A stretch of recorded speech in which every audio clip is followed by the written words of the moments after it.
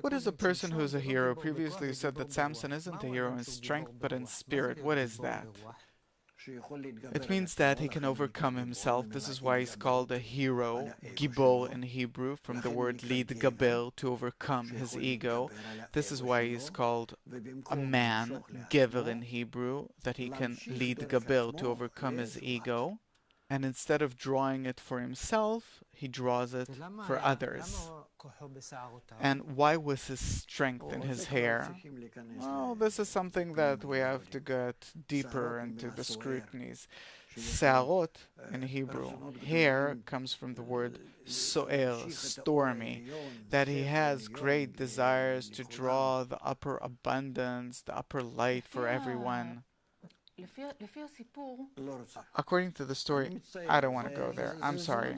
It's incorrect to talk about the story this way. I don't want to relate to the Torah this way. I have respect for it.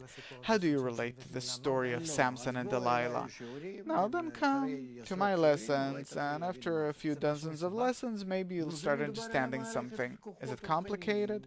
It speaks about the system of spiritual forces that are operating inside people who are in spiritual recognition, attainment, that know what are they operating for, what are they drawing such forces for, that are above this world, meaning above their ego.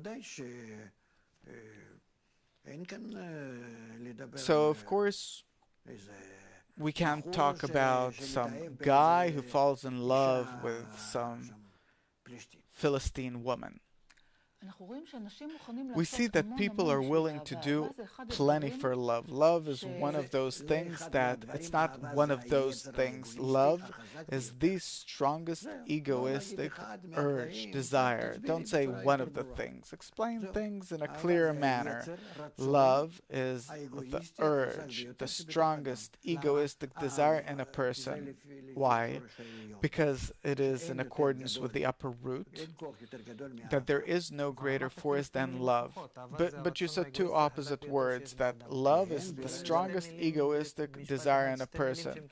Two contradicting words in one sentence. Right, because in our world, love is self-love. That I am willing to acquire and do everything in order to have what to fulfill that desire by, that desire called love. And in the spiritual world, it's the very opposite, that I'm ready to pay and do anything in order to fulfill the others. That's called love another as thyself. Just like I, myself, by nature love myself, the very same way I have to relate, treat others. Are there red lines you can't cross in spiritual love, something that I'm not willing to do for others in spiritual love?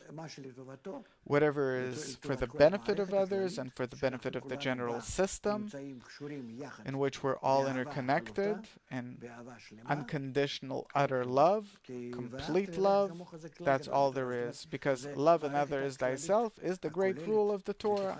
It is the general system which includes everything. Is there such a concept as blind love in spirituality? It's not like in our world. What is it then? In spirituality, love, blind love, is that I transcend in faith above reason, and there I reach the connection of love of others in a way that I don't touch others, meaning I don't get anything from the other. I don't examine the extent to which the other is special, unique, or how he is treating me, but my examination is with respect to the general correction, and it's not blind love like in our world, because in our world it's simply an animalistic corporeal urge that we don't exactly understand where does it come from. Hormones. If we'll get a shot, if we'll give someone a shot who's lovesick, then we'll calm him down. And instead of loving some young girl that he's attracted to because of the hormones, instead of that, we can give him a shot, and instead of that, he'll love some pony. Sorry for saying so. For us, it's all about hormones, and where it says in the Song of Songs that I'm sick with love, this speaks about the highest degree in the spiritual world, not in our world. What is that?